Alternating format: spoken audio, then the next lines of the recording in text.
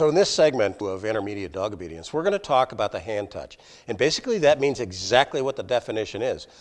When we ask our dog for a touch command, we want the dog to come up and put his snout right in the palm of our hand. Now some people will use nose. Cindy likes to use nose. Some people use touch. It doesn't matter what word you use as long as you're consistent in what you use. So if you start with touch, stay with touch. If you start with nose, stay with nose. And it's like the look command. It's an easy command to teach your dog, and it has so many uses, especially when it's combined with the look command. And we'll talk about that in a second. Take your dog out, you got your high value food reward in your bait pouch, you're ready to start all this training. Your dog's going to get out there and he's not going to know what it means. And you don't start by giving the touch command or the nose command. Just wait, hold your hand out, and maybe your hand smells enough like the steak or the cheese or whatever that the dog's going to walk up and he's going to smell your hand, and you mark it. And the important thing is when you mark it, you leave your hand there and you bring the reward to your hand so the dog comes to the hand and gets the reward.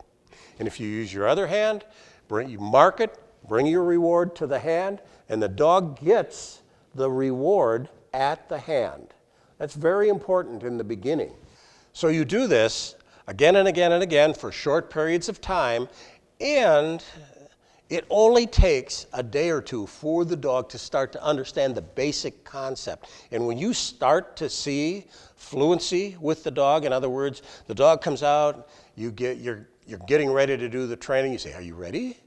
And the dog knows something's going to happen, but you haven't told him anything yet. You haven't added the touch word. You hold your hand out. When you got fluency and the dog will walk up and put his nose in the hand, and you mark it, then you add the word to touch or nose. And you gradually increase your levels of distraction just like you did with the look. And when you start to see fluency, you can play with your dog and expect him. We're going to show you in a minute a videotape of Stella being trained by Cindy, where there's a part where she actually is working on adding duration to the touch command, where she wants the dog, Stella, to keep her nose right in the palm of her hand. And we have very good video of Cindy doing advanced luring with where maybe comes up and jams her nose in Cindy's hand when Cindy's sitting on a chair with rollers on it, and maybe will drive her around in a circle because she keeps her nose in the hand.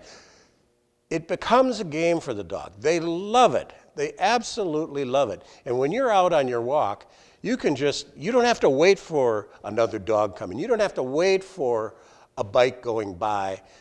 Play a game with your dog. He's walking, hold your hand out, touch, boom, gets a reward. Good dog, let's go. That's when training gets fun for both you and your dog. And when you have fluency with that, you can add the look command to it. Here's a perfect example. There's another dog coming by. Cindy asks for the look. She rewards the dog with jackpotting during the look. And when the dog is passed, she'll ask for a hand touch, and then she moves on. Two very useful skills. The look and the hand touch go together a lot.